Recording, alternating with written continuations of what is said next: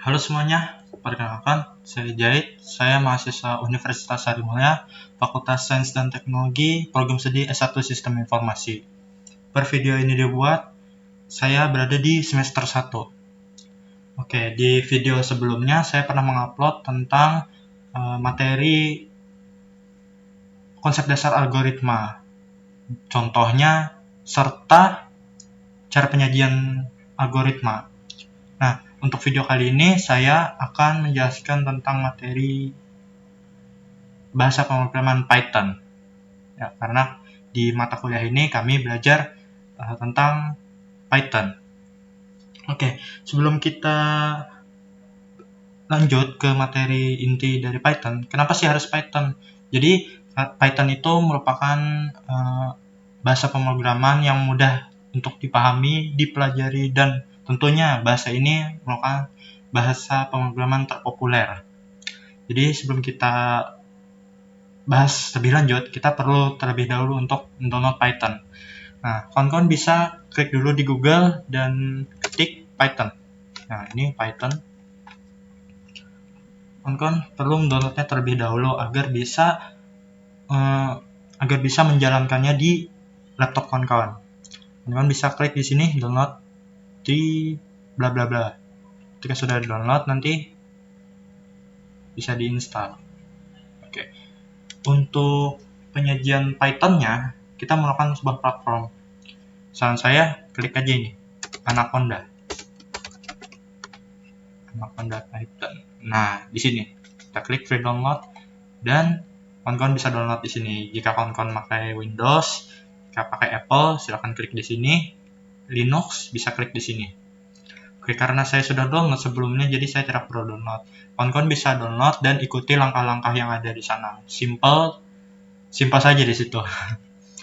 Oke. Ini saya sudah download ya. Kita harus klik dulu Anaconda Navigator. Ini aplikasinya ketika kawan-kawan sudah download. Oke. Tunggu sebentar ya. Ini untuk Python, nanti kawan-kawan ketika ngekliknya, itu kawan-kawan sudah harus diinstal. Cara menginstalnya pun simple. Tinggal ikuti langkah-langkahnya dan sudah siap terinstall nanti. Oke. Ini lagi lambat ya. Memang ini kalau Anaconda itu lambat. Tunggu. Masih login ya guys. Oke.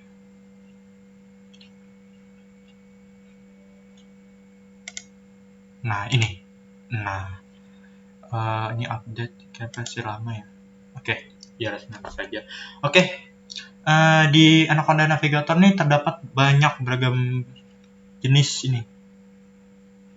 Tuh, ada VS Code, AWS, tapi kita hanya memakai Jupyter Notebook. Ini ya, Jupyter Notebook untuk melakukan programming. Kita launch.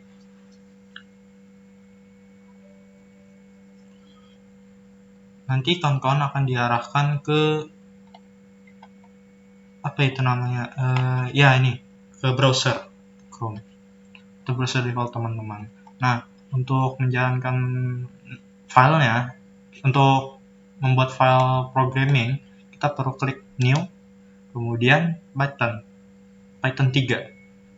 Klik dan kita tunggu. Boom. Ini dia tampilan dari si Jupyter Notebook. Nah, kawan-kawan bisa klik apa saja di sini untuk belajar bagaimana implementasi dari Python. Oke. Sebelum kita ke Python-nya lebih lanjut, kita perlu memahami terlebih dahulu apa itu Python. Oke, jadi kita ke website sini ya.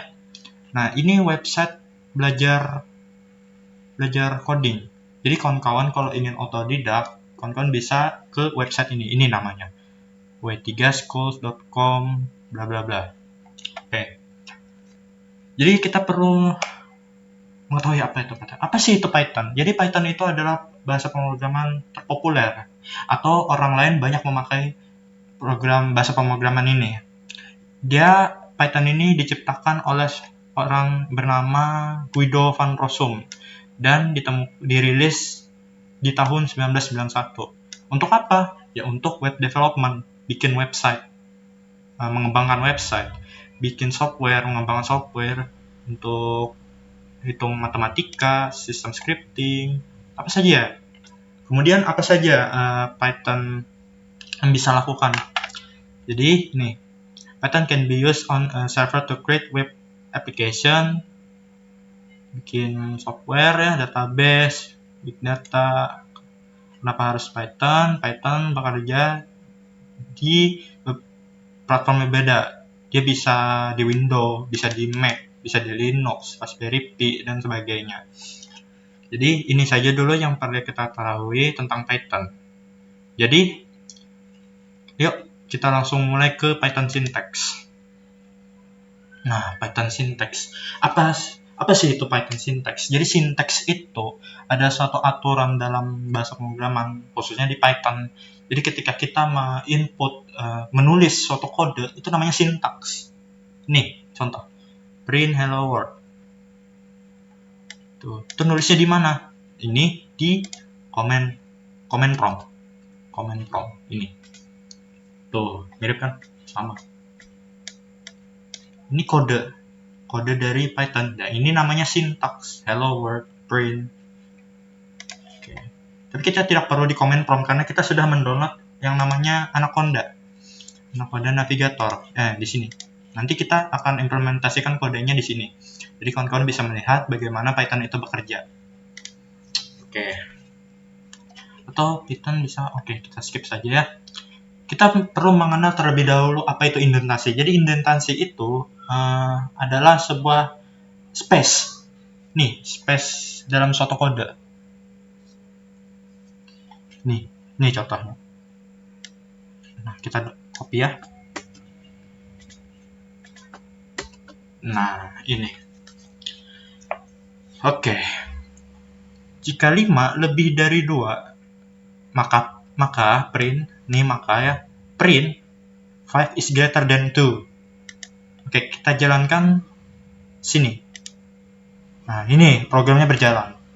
Jadi indentasi itu adalah ini.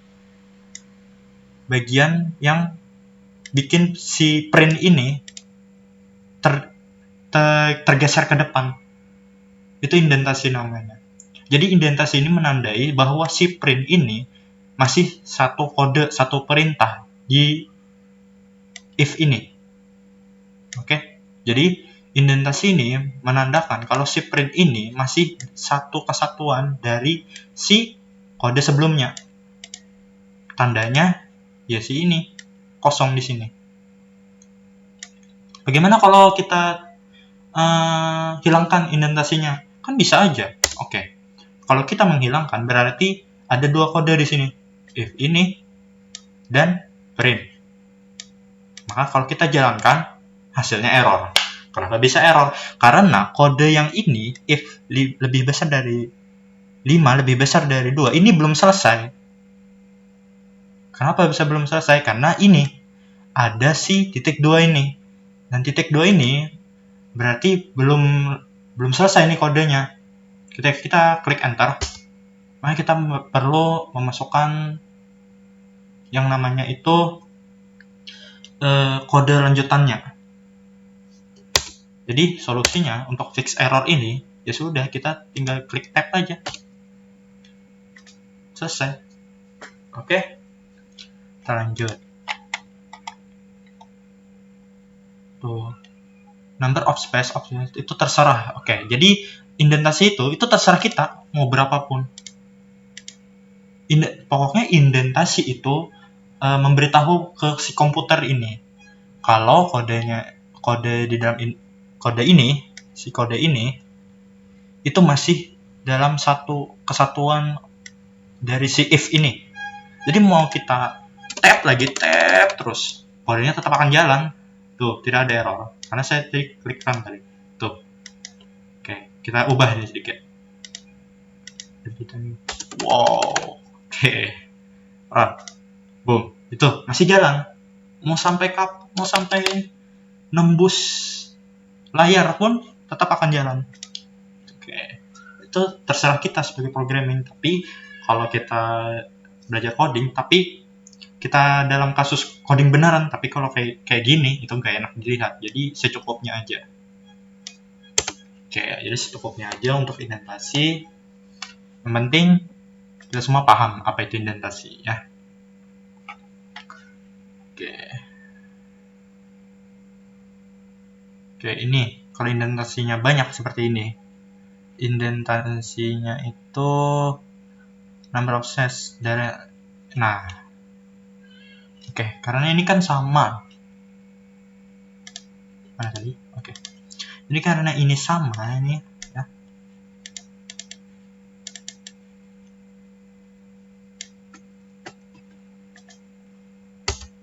Nih, kita bikin indentasi lagi. Ini bakal error. Kita lihat ya. Itu. Ini komputernya ini menanyakan ini si print ini indentasi dari mana, dari blok mana. Dia tidak ngerti. Karena yang komputer pahami ini sudah satu kesatuan dan ini malahan belum lengkap. Oke, karena indentasi ini indentasi dari mana? Kalau dari sini tidak mungkin. Kenapa? Karena sudah di sini. Ketika kita mau indentasi yang sama, kita perlu buat bloknya lagi. If 5 lebih besar dari besar dari 3. Nah, baru kodenya akan jalan nantinya.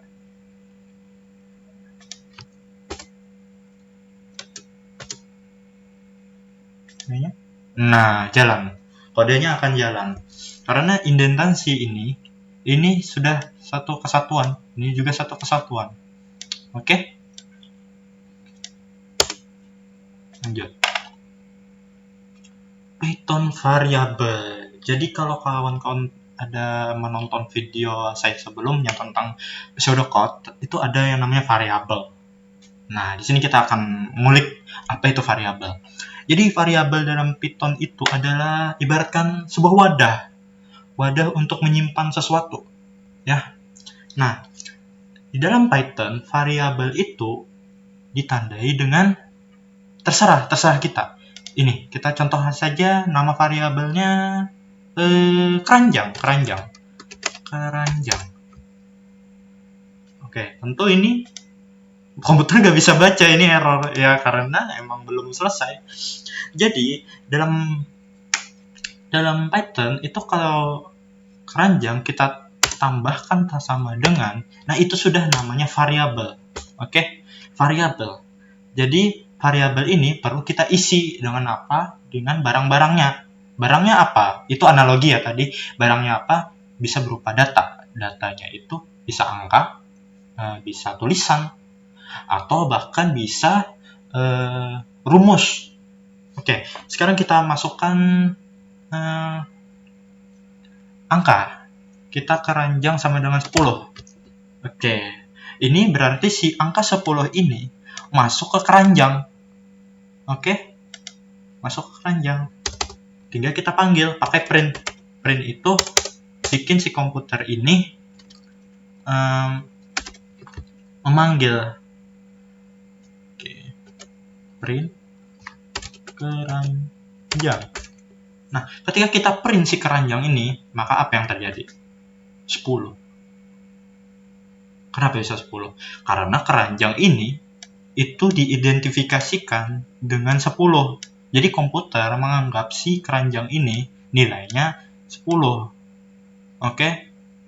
Atau kayak gini. A sama dengan 10. A sama dengan 10. Kita print A. Alih-alih dia memprint A, dia ngeprint 10-nya. Karena A itu berperan sebagai variabel. Yang komputer print itu adalah datanya. Oke? Jadi ini. Tuh. Hello world. Nah, ini ada tanda petik ya, nanti kita bahas lebih lanjut, tapi yang kita pahami dulu, kita tentang variabel, si variabel ini dulu. Oke. dalam variabel ada yang namanya, misalkan kita ketik bukan 10, A sama dengan kucing dalam petik ya. Ketika kita print A, maka apa yang terjadi? Kita kucing, bukan A. Kenapa? Ya karena si komputer menganggap si A ini itu sama dengan kucing. Si A ini bagian dari kucing. Jadi alih-alih dia ngeprint A, dia akan ngeprint kucing. Komputer yang di printnya itu cuma ngeprint data. Datanya apa? Ini datanya. Ini cuma variabel. Jadi variabel itu cuma sebagai wadah saja. Oke, kemudian komen. Komen itu adalah suatu kode, tapi kodenya itu dibiarkan oleh komputer. Dianggap komputer itu tidak ada. Gini, contoh. Misalkan nih, bla bla bla bla bla bla. Oke, ini komputer bakal mengabaikan si komen ini. Komen itu ditandai dengan pagar ya. Tapi apa yang terjadi kalau kita tanpa pagar? Komputer akan membaca apa yang kita ketik. Error jadinya. Ini apa? Tapi kalau tanpa ini namanya variabel. Oke, jadi supaya kodenya itu komputer tidak menganggap ini sebagai perintah, jadi kita perlu komen. Jadi kegunaan komen ini biasanya para programmer itu sebagai penanda agar mereka tidak lupa ini kode untuk apa. Oh, kode untuk ini. Oh, kode untuk itu. Jadi kita gunakanlah komen. Oke.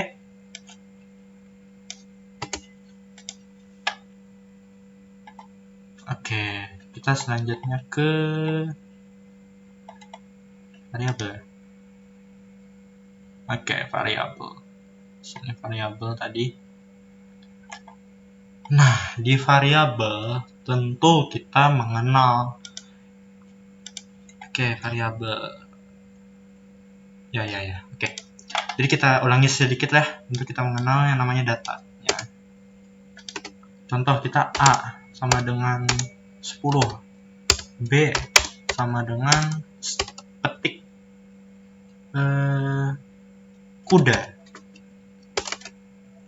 Maka kita print nih. Ini bukan error ya, ini kode sebelumnya ini. Oke, kita print itu A. Terus kita print di bawahnya lagi. Boleh, print ini boleh banyak. Asalkan tidak ada identitasnya di sini. Kalau tidak ada yang namanya sebuah blok. Nah, ini udah pernah ya. Oke, kita run. Nah, dia akan ngeprint si data yang dalam variabel. Oke, jadi paham ya? Oke, kita lanjut ke tipe data. Nah, ini tipe data. Oke, jadi tipe data itu ada berbagai macam di dalam Python. Ada yang namanya text type, str atau string. Maaf ya, kita close saja. str atau string. String itu ditandai apa? Ya petik. Kuda. Petik. Ini string. Oke, A sama dengan kuda. Ini namanya string. Harus petik satu kah? Enggak. Kita boleh pakai petik dua loh. Lumba-lumba. Ini namanya string. Apa itu string? String itu teks. Ya, tipe data yang isinya teks. Oke? Sampai sini paham tuh ya? String itu adalah teks. Jadi ketika kita mau ngeprint, maka yang muncul adalah teks. String itu tidak boleh seperti ini. C sama dengan misalnya petiknya beda. Kucing. Tuh. String ini kalau kita print itu error nantinya. Karena ini berbeda. Jadi kunci dari string ini petiknya harus sama, ya. Kata kuncinya harus sama. Oke, kemudian kita ke numeric tipe numerik ya. Jadi ada 3 di sini, integer, float, dan kompleks. Oke, kita pelan-pelan dulu ya. Di dalam kita bikin dulu variabel ya, atau wadah. Ini wadah B, wadah C. Oke.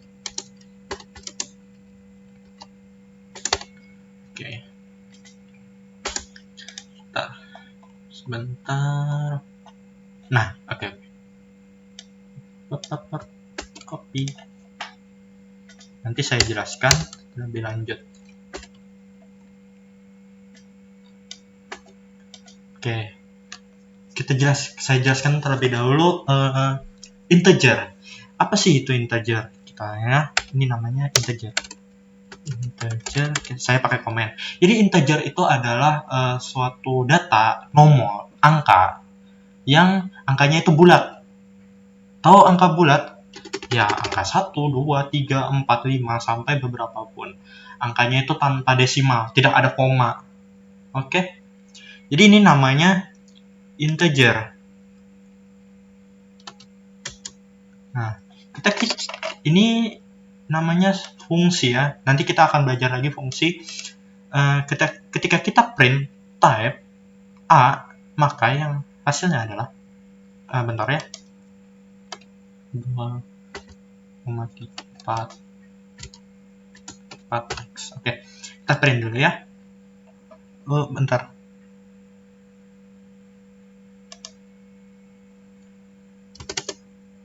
Ya, dilarang. Oke, maaf. Kelasnya adalah integer. Jadi si komputer ini melihat bahwa si variabel A itu adalah integer. int itu integer. Oke? Kenapa integer? Ya karena ini bilangan bulat. Bagaimana kalau B? Oke, B. Float. Apa itu float? Jadi float itu adalah angka juga, tetapi apa? Tetapi dia adalah desimal. 2,5, 2,3, 7,3. Itu adalah desimal. Jadi ketika kita membuat data, memasukkan data ke dalam variabel ini berupa ada komanya, ini titik ya, titik. Kenapa Pak titik? Karena desimal secara internasional itu orang barat memakai titik untuk desimal. Tapi kalau di Indonesia itu kan koma. Jadi kita hanya mengikuti orang barat lakukan. Karena programnya ini kan dari orang barat. Jadi kita ingin untuk desimal itu titik. Nah, di sini ya 2.4 itu 2,4. 2,0. Bilangan bulat? Bukan. Kalau diterjemahkan oleh si Python ini adalah float. Kenapa jadi float? Itu kan 2 tuh. 2-nya bisa dibaca 2 saja. Tapi komputer membacanya 2,0. Itu. Tuh, ini 2,0 ya. Kita run, dia tetap akan baca float. Kenapa? Karena ada titik di situ, ada koma di situ. Oke? Tuh, banyak itu list ya. Kemudian ada kompleks. Oke, kompleks itu seperti ini.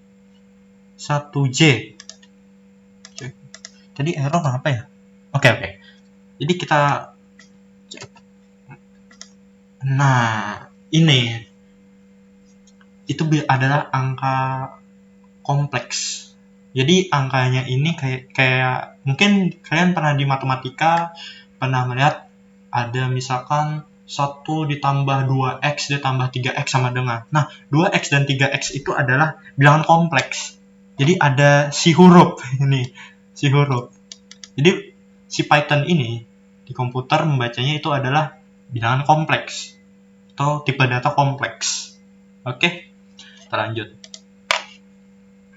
Kemudian list, tuple, dan range. Oke, ini adalah sequence types. Jadi ini kayak tipe data yang mengkelompokkan. Kelompoknya ada list, tuple, dan range. Oke. Ini. kita lihat dulu ya, list. List itu apa?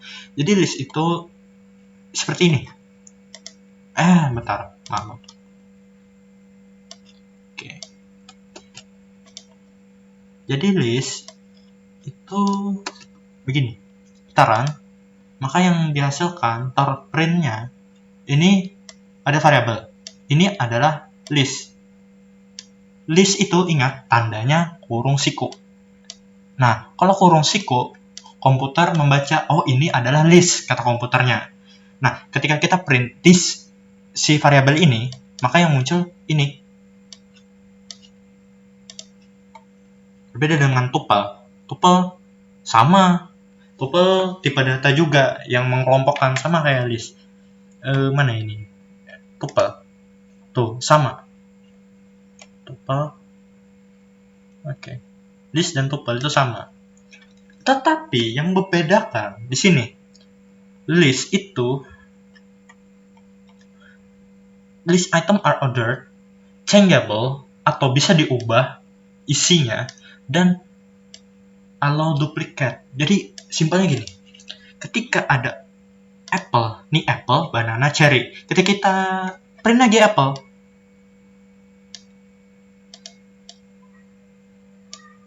copy ya, kita copy dulu, paste, koma.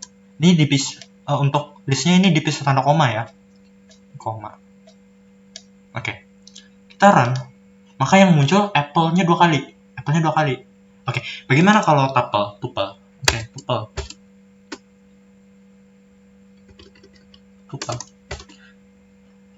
Oke.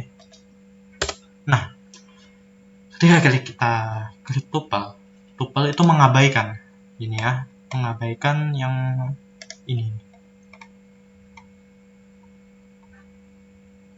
Ini tetap bisa di order, allow duplicate. Bukan yang itu set ya. Oh, tidak salah.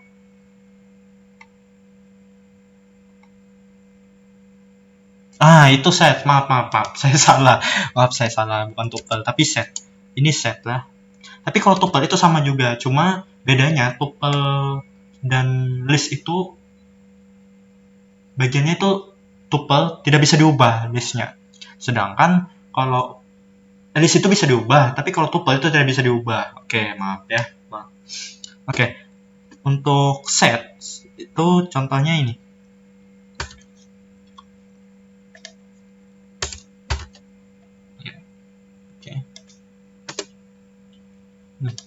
Dia hanya akan menghitung satu saja. Kenapa? Karena dia tidak memperbolehkan adanya duplikat atau data yang sama. Jadi apel, banana, cherry, alih-alih di printnya seperti ini, dia cuma memprint ini. Apel dianggap satu. Oke. Kemudian kita data type lagi.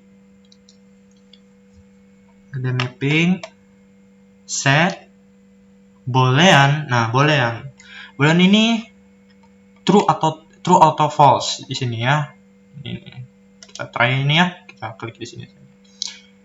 Display X ini, X sama dengan true. Oke, nih. Jadi si boolean ini cuma kenal true atau false. Contoh, datanya benar. Print this list. Oke.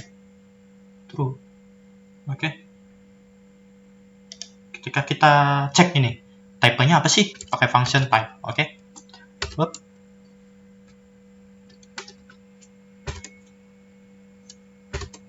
Oke. Maka dia akan klasifikasikan boolean. Ya, boolean. Atau false.